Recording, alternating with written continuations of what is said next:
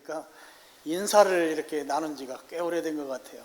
오늘은 인사를 나누는데 인사 생각하니까 그 예전에 어렸을 때 제가 들었던 말이 하나가 생각나요. 인사만 잘하면 밥은 굶지 않는다. 그런 말이 있습니다. 요즘에야 뭐 밥 굶는 것 때문에 걱정은 안 하는데 어쨌든 저 어렸을 때는 인사 잘하라고 어른들이 그렇게 교육했습니다. 인사 잘하면 밥을 안 굶는다. 오늘 여러분이 인사를 잘하시고 점심에 교회에서 같이 식사를 잘하시면 좋겠습니다. 인사 나눌 때 인사말은 우리가 보통 잘 되고 있습니다 이렇게 하는데 거기다가 앞에다가 덧자 하나를 붙이겠습니다. 그래서 더 잘 되고 있습니다. 이렇게 하나님이 은혜 주셔서 여러분 잘 되는데 거기에다가 더 잘 되는 은혜가 있기를 바라면서 축복하는 마음으로 더 잘 되고 있습니다를 앞뒤 좌우 분들에게 인사 나누도록 하겠습니다. 예. 네, 고맙습니다. 네. 더 잘 되시기를 주님의 이름으로 축복합니다. 네, 잘 되시길 바랍니다. 예, 저희가 로마서를 지금 계속 나누고 있는데요. 제가 고민이 많아요. 잘 전달해야 될 의무가 저에게 있는데 준비하다 보면 자꾸 어렵게 이렇게 말하는 것 같아서 늘 좀 미안한 마음이 있습니다. 그런데 저는 제 성격상 이 건너뛰질 못하고 그냥 한 구절 한 구절 교훈을 되새기면서 이렇게 쭉 설명해 나가는 스타일이 제 스타일이다 보니까 꾸준히 이렇게 챙겨서 말씀을 한 구절 한 구절 상고하고 있습니다. 오늘 이제 14절부터 17절까지 말씀인데요. 로마서 4장은 아브라함 이야기를 등장시켜서 당시에 그 믿음으로 구원받는다고 하는 이 복음, 이 진리에 대해서 사람들이 생각할 때 믿음으로 구원받는다고 하면 내가 할 게 아무것도 없잖아요. 그러니까 뭔가 해야 될 것 같은 게 우리 인지상정이에요. 구원이라고 하는 그 엄청난 것을 주시는데 내가 뭔가 거기에 도움이 되도록 뭔가 역할을 해야 하지. 그런 생각이 우리 보통 사람들의 생각이라는 거예요. 그러다 보니까 뭔가 선한 행동도 좀 하고 또 율법도 좀 지키고 또 하나님이 이뻐하실 게 뭔지 그런 거 좀 내가 직접 행할 때 하나님이 나에게 구원을 주실 것이다. 또 그렇게 구원을 주셔야 내가 그래도 하나님 앞에 면이 서지. 이게 이제 오늘날도 마찬가지지만 이 성경 시대에도 그랬던 것 같아요. 근데 그게 아니다 하는 것을 로마서 4장을 통해서 우리에게 교훈하고 있는데요. 특별히 이제 그 교훈을 우리에게 주기 위해서 아브라함 이야기를 계속 등장시키고 있습니다. 하나님께서 아브라함에게 복을 주셨습니다. 이방신 섬기던 사람이었어요. 아브라함도 실수가 많은 사람입니다. 그 사람에게 하나님 복 주셨는데 그 복을 크게 두 가지로 제가 지난번에 설명을 드렸어요. 하나는 가나안 땅이라고 하는 그가 먹고 살 수 있는 그 땅을 하나님이 복으로 주셨습니다. 땅을 주신 것이 하나님의 복이죠. 여러분들에게도 하나님이 땅을 주시기를 축원합니다. 제가 충청도 사람이거든요. 아까도 일부 예배 때 아멘 하는데 보니까 되게 늦더라고요.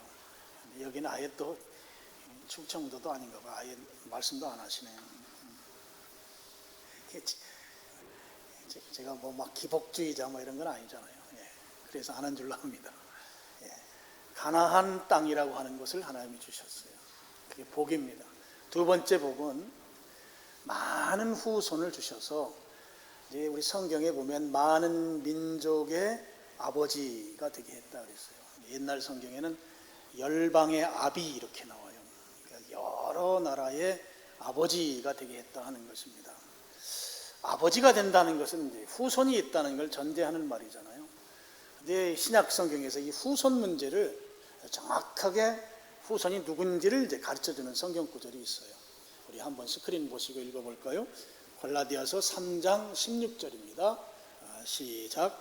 이 약속은 아브라함과 그 자손에게 말씀하신 것인데 여럿을 가리켜 그 자손이라 하지 아니하고 오직 한 사람을 가리켜 내 자손이라 하셨으니 곧 그리스도다.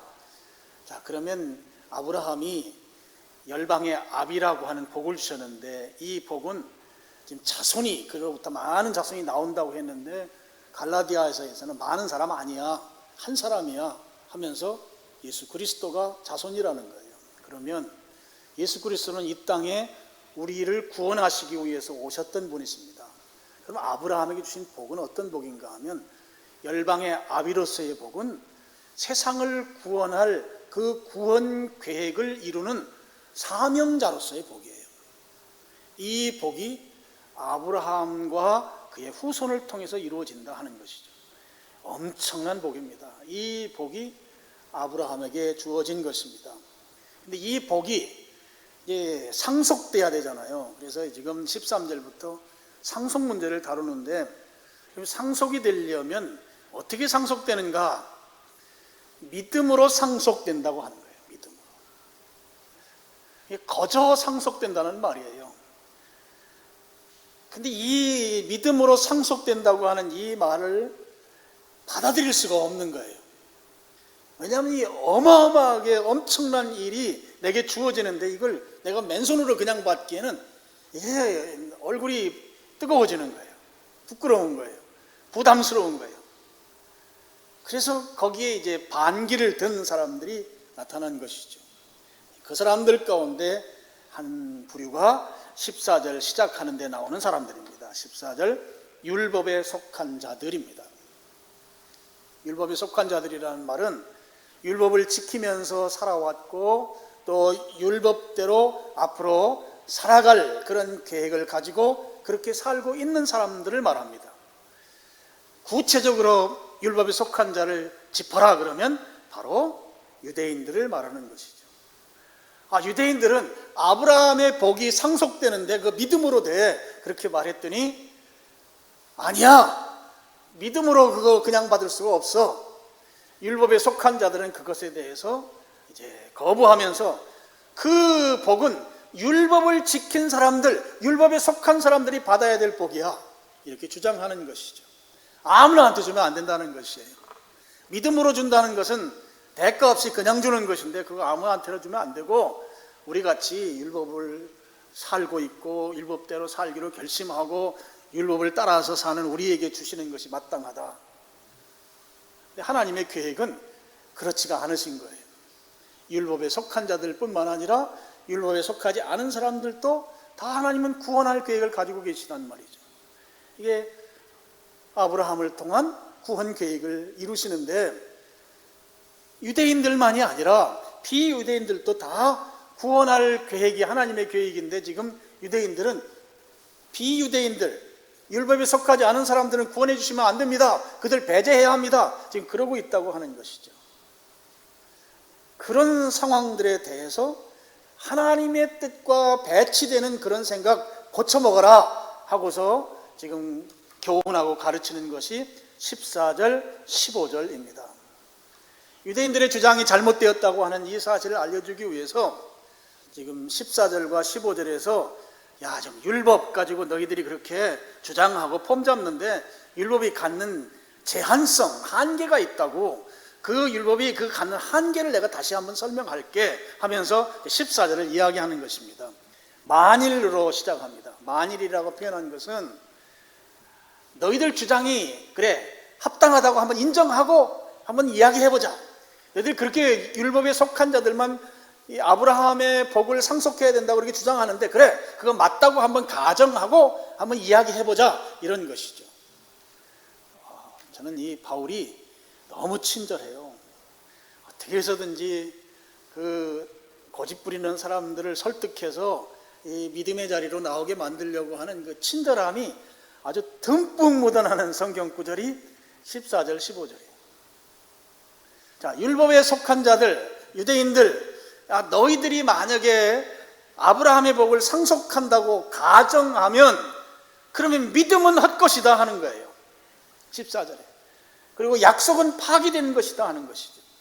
하나님이 처음에 이 열방의 아비로서 아브라함을 통해서 세상을 구원할 계획을 가지시고 그 후손으로 예수 그리스도를 이 땅에 보내셨는데 그 구원 계획이 너희들에게만 한정된다고 하면 아브라함과 한 그 약속이 그게 헛것이 된다는 거예요. 쓸모없는 것이 된다 하는 것입니다. 너희들 주장대로 그렇게 아브라함의 상속이 그렇게 된다고 하면 하나님이 아브라함하고 한 약속은 그건 뭐 파기되는 거 아니냐. 지금 14절 내용인 것이죠. 하나님께서 아브라함과 약속할 때 믿음으로 약속했습니다. 근데 유대인들이 그걸 부정하는 것이죠. 부정하면 지금 14들이 가지고 있는 그 숨은 의미가 있어요. 그들이 지금 하나님께서 원래 아브라함을 통해서 이 땅에 복을 주시기로 그 상속의 구원 계획을 이루시기로 하신 그 계획을 부정하는 너희들, 만약에 그렇게 부정하면 너희들도 동일하게 상속받을 수 없다고 하는 이 숨은 의미가 거기에 있는 것입니다.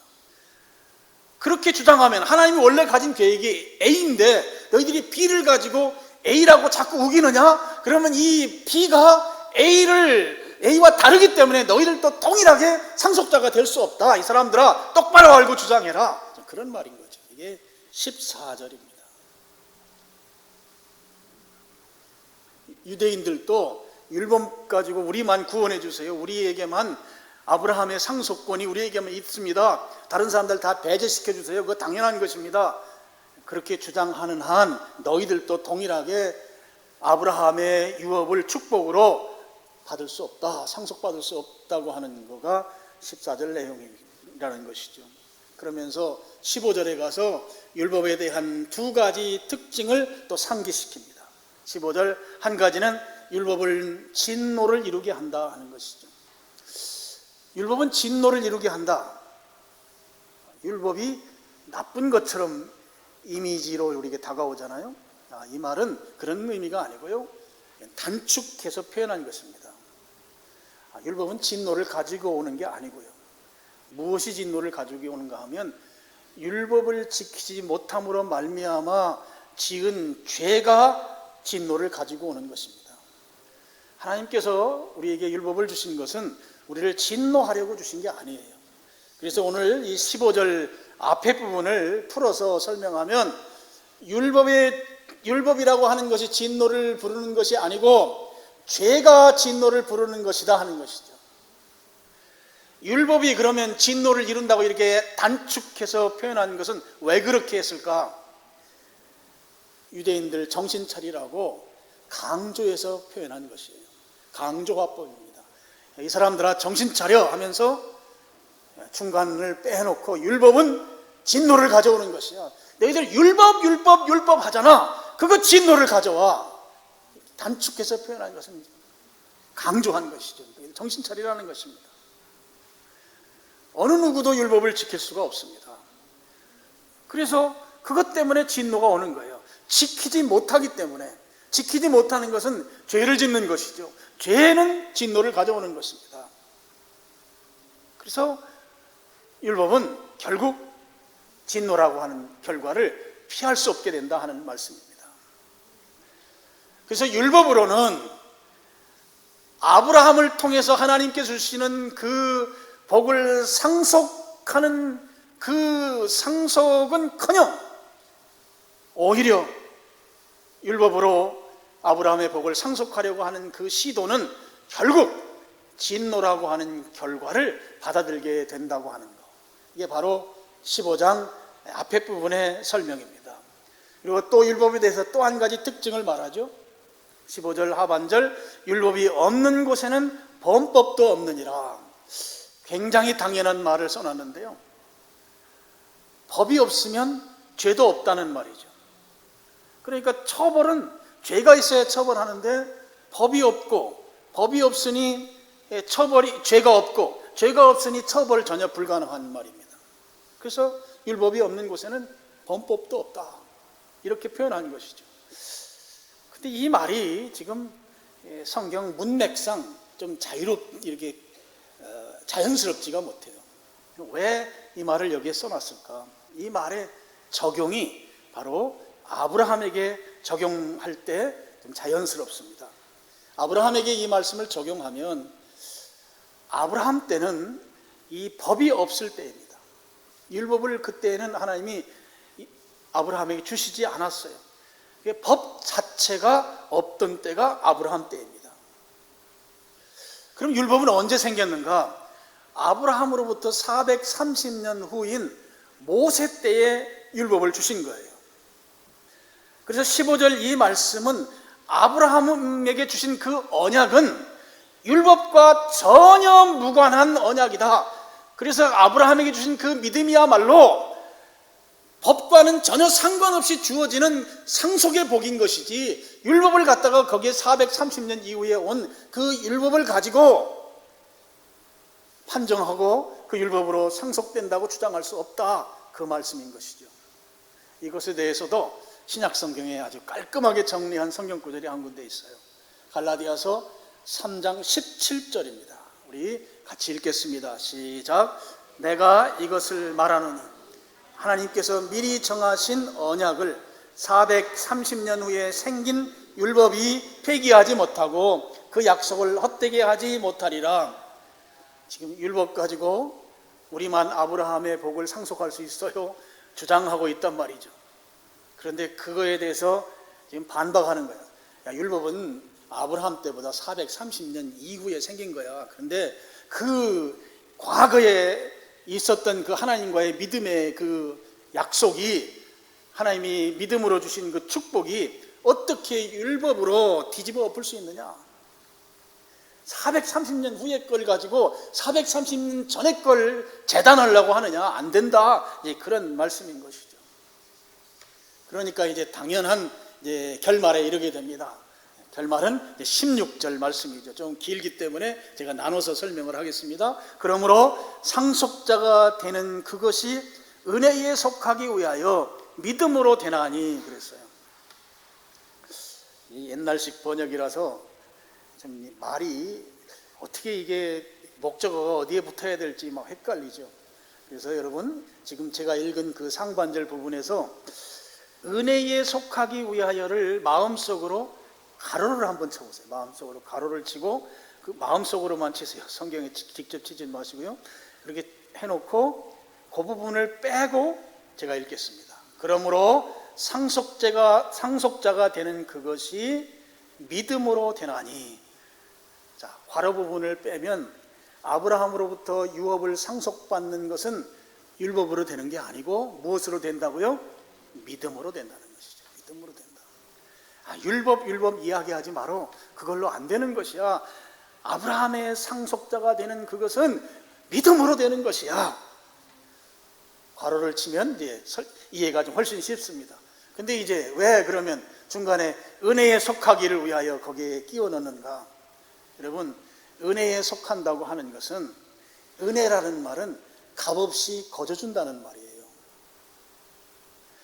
아브라함에게 주신 복을 내가 그걸 상속받을 때 그 상속은 은혜로 받는 거예요. 거저 받는다는 것입니다. 그래서 제가 하는 말씀 잘 들어보세요. 은혜가 은혜로 내게 오려면 반드시 믿음으로만 받을 때에 가능합니다. 맞죠? 누가 나에게 선물을 줬어요.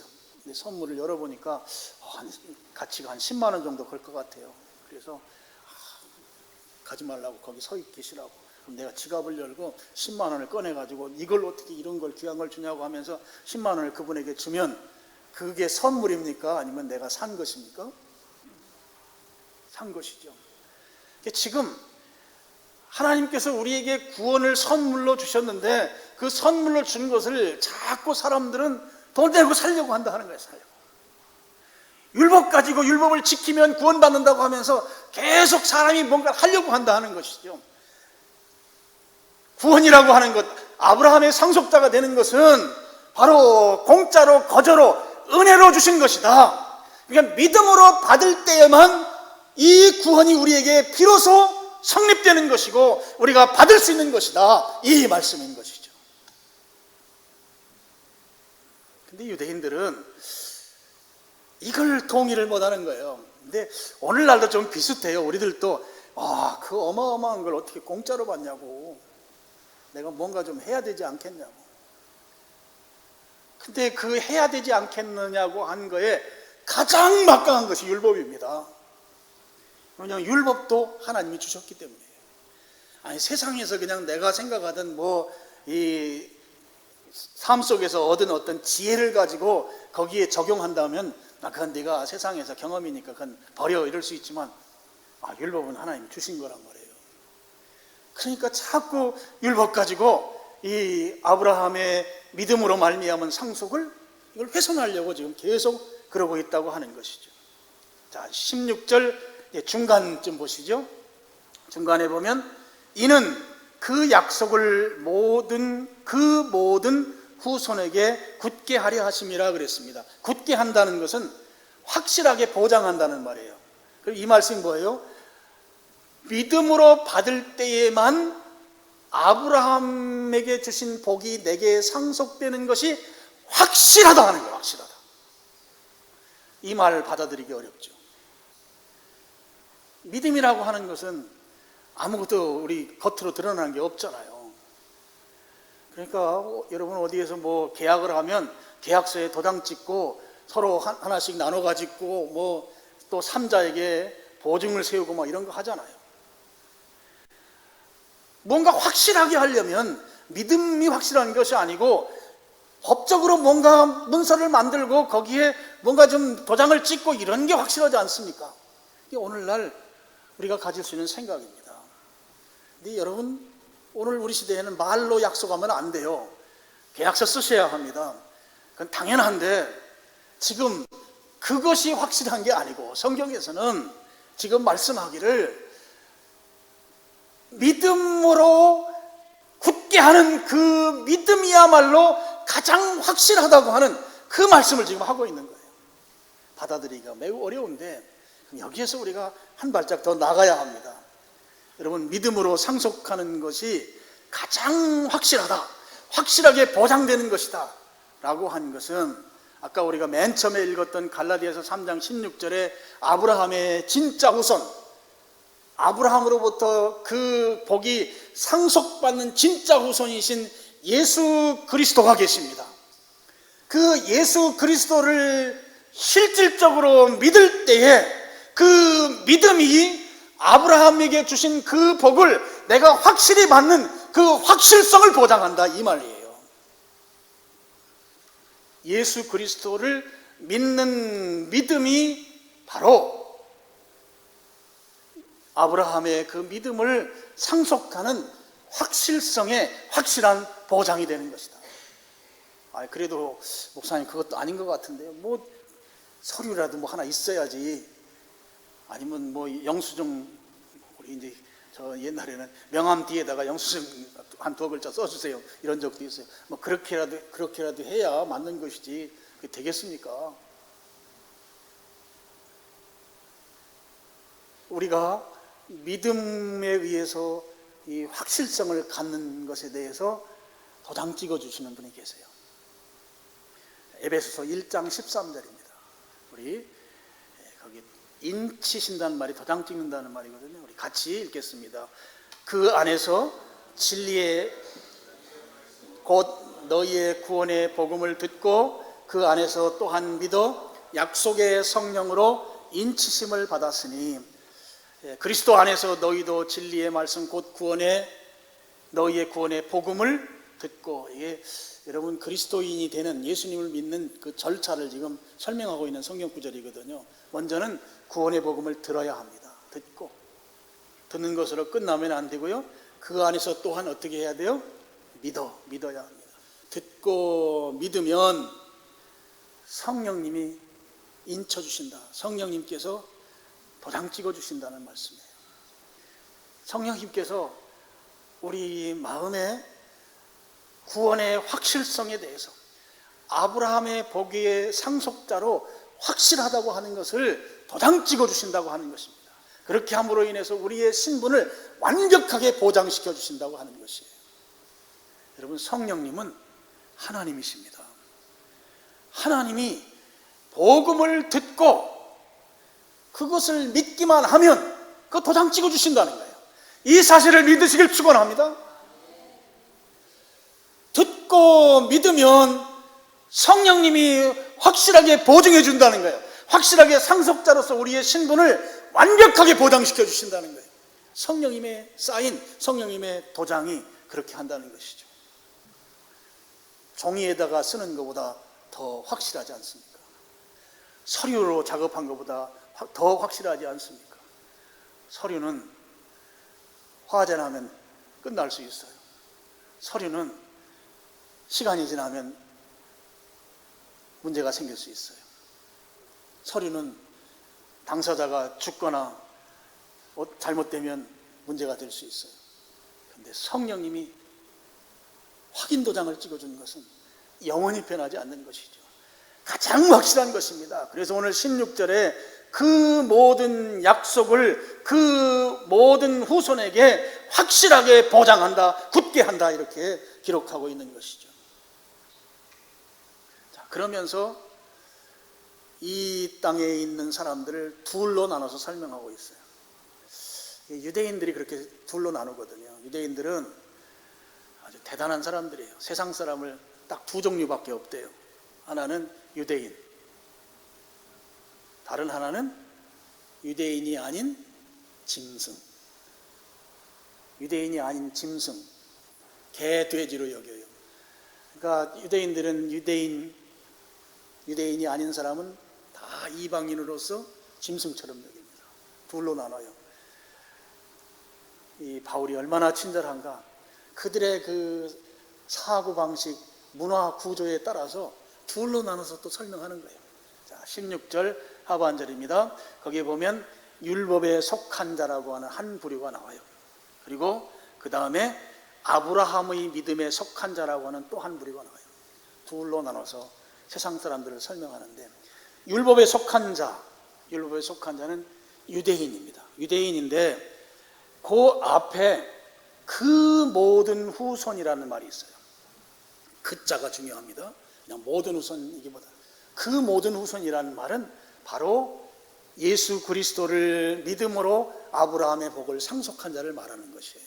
그러니까 율법에 속한 자라고 한 여기에서 표현은 유대인인데, 유대인이면서 예수님을 믿는 사람들을 말합니다. 그리고 아브라함의 믿음에 속한 자들은 비유대인이면서 예수님을 믿는 그리스도인들을 말하는 것이죠. 지금 바울이 유대인들은 율법을 지키는 우리만 구원받아야지, 아브라함의 복을 우리만 상속해야 되는 것이지 어떻게 이방인들이 이 복을, 구원의 복을 상속받을 수가 있습니까? 결코 되지 않습니다 하는 그런 주장 앞에, 야, 이 사람들아, 아니야.